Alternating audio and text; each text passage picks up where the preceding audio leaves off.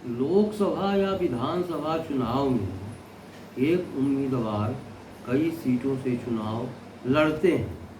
अगर जीत जाते हैं तो एक सीट पर रहकर बाकी सीट छोड़नी पड़ती है उनको। इससे उपचुनाव होता है और उपचुनाव में फिर उतना ही खर्च होता है या खर्च शासन के खजाने से होता है। इस पर नियम बनना चाहिए।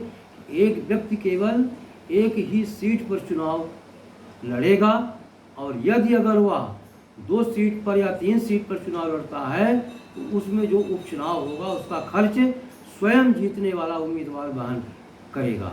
इसी के संदर्भ में मैंने कुछ लिखा है, देखिएगा।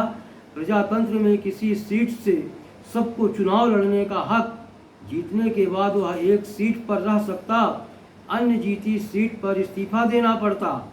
एक लोकसभा सीट का चुनाव खर्च होता करोड़ों में। चुनाव आयोग रिक्त सीट पर पुनः चुनाव करवाने की अधिसूचना जारी कर देता। पुनः चुनाव की प्रक्रिया शुरू हो जाती। सारा खर्च पुनः शासन के खजाने से होता। यह प्रजातंत्र के साथ घोर अन्याय। जनता की गाढ़ी कमाई अनावश्यक चुनाव में व्यय होती। यदि उम्मीदवार एक सीट पर लड़ता तो ऐसा ना होता। चुनाव आयोग नियमों में बदलाव कर एक से अधिक सीटों पर चुनाव लड़ने से प्रतिबंध लगाए। यदि कोई लड़ना चाहे तो खाली की गई सीट पर उपचुनाव का व्यय स्वयं वहन करे। जनता की कमाई का अनावश्यक व्यय ना हो। संसद को इस पर कानून पारित करना जरूरी।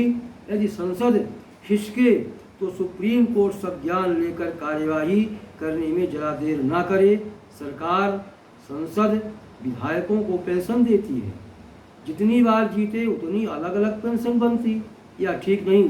पेंशन का निर्धारण एक बार होना चाहिए। देश का धन जनप्रतिनिधियों पर नहीं लुटाना चाहिए। जय हिंद, जय भारत।